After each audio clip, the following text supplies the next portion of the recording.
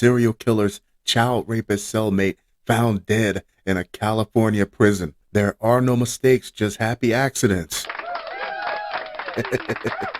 A convicted serial killer is suspected of killing his pedophile cellmate less than a month after he arrived at prison, according to the California Department of Corrections and Rehabilitation. Since they're both violent offenders, very violent offenders, they're probably locked in that cell together for 23 hours a day. What do you tell the guards when they find them, that it wasn't you?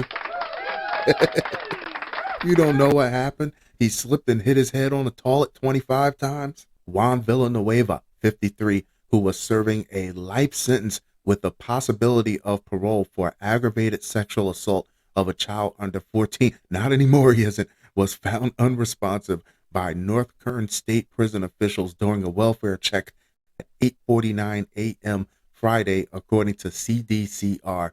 By 9:03 a.m., Villanueva was pronounced dead, or your pizza is free. He shared a cell with 51-year-old Ramon Escobar, who pleaded guilty last year to killing 5 men and wounding 7 others after fleeing Houston, where he ultimately pleaded guilty to the 2018 slayings of his aunt and uncle. How many of you think it's no coincidence these guys were in a cell together? Pedophiles are a very large target in prison. They're a large target in jail. So you don't put this guy by himself. You don't put him in protective custody. You put him in a box with a shark. Month 1, they probably had a pool going. Villanueva was transferred into North Kern State Prison, a medium security facility that houses 3,500 inmates. On February 2nd, the Kern County coroner ruled Villanueva's death a homicide, and Escobar has since been placed in restrictive housing, where he should have been the whole time. While the prison's investigative services unit and the Kern County District Attorney investigate Villanueva's death, officials didn't release any other details or say how he was killed. I know how. You put him in the same cell with a killer, that's how.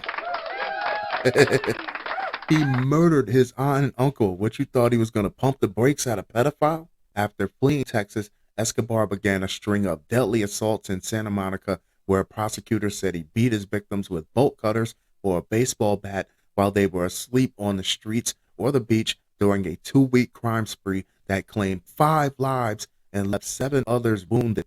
With that information, knowing that's the backstory of an indiscriminate killer, there was no way them two should have been in a cell together. I guess that was someone's idea of frontier justice. Escobar is originally from El Salvador and had been deported 6 times before the murders, according to authorities.